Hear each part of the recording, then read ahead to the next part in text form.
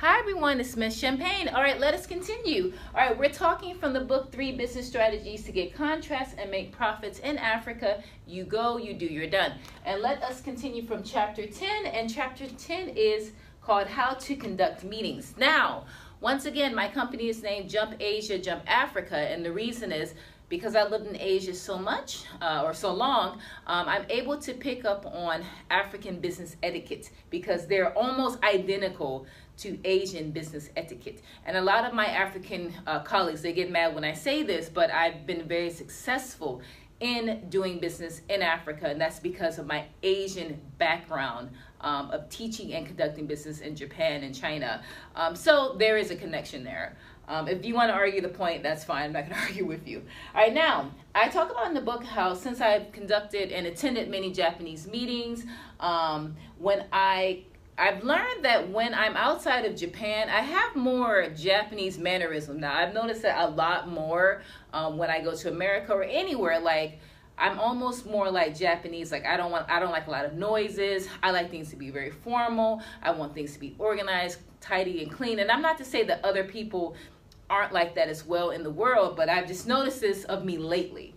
Now, I also find that the business meeting structures are similar to that in Ghana and Rwanda. They're very, very formal and indirect as well.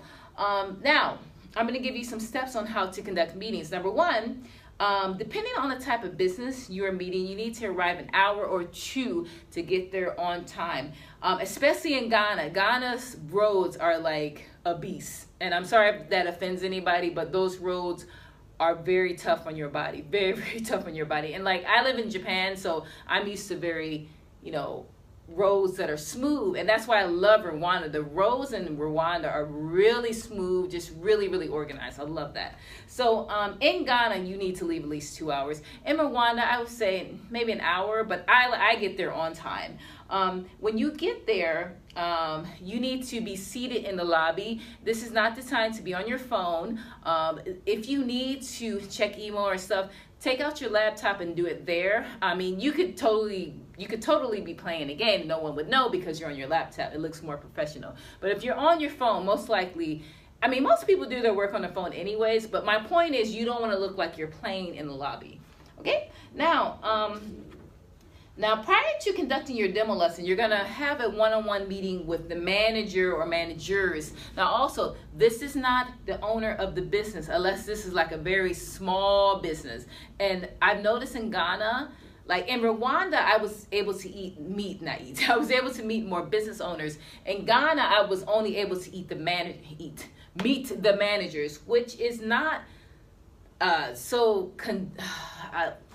point I'm trying to make is that, like in America and Rwanda, meeting the owner is what gets you the contract. In Ghana, the owners are hidden away, like literally, they're hidden away, and I'll talk about this a little bit more. But you'll be meeting the manager, not the owner of the business. Now, when the manager invites you into the office, you need to wait until he or she tells you to sit. So this is similar to Japanese business etiquette. And then what I like to do, I present my business card with them, and I use the Japanese style of doing that, where you hold your business card like this, and then I like to give a small candy. I'm always having Japanese candy, so I always have a candy like this with it. Can you guys see this? This is peach. Okay, and then yes. So then they'll get the business card and the small gift, which is the candy. Now, the manager will thank you for coming. You should make some small talk. Now, Americans, Black Americans and Americans in general, we're not good at small talk because we want to get straight to the business. That's not good. In other cultures, everywhere else, I'm pretty sure they make small talk. So you're going to have to talk about the weather. You're going to talk about, where you're from and how you like Ghana or Rwanda or something that you can relate to the person you're talking to. And then eventually they'll bring up the topic of doing business, okay? And the thing is that people who are not American, especially in Africa and Asia, they want to know you first prior to doing any business. And these meetings can be anywhere from 10 minutes to maybe an hour because they're getting to know you. And that's just the way it is. So also, if you try to force them to talk about business and they keep bringing it back to maybe football, then that means they don't feel comfortable talking with you about that yet. So you're just going to have to fill them out. All right, now, after you have your small talk,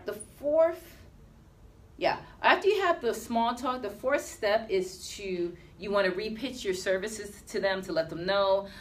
Fifth, you want to suggest that after your demo lesson, that you have another meeting to discuss getting hired. Six, do the demo lesson or the do the demo lesson or the presentation, and once that's complete, then you can ask about who is in charge of the training budget, or the owner. I would prefer to talk to the owner. And if you are leaving pretty soon, you're going to have to do it via email, and you're going to have to follow up and follow up and follow up and follow and call and call and call and call until you get a yes or a no.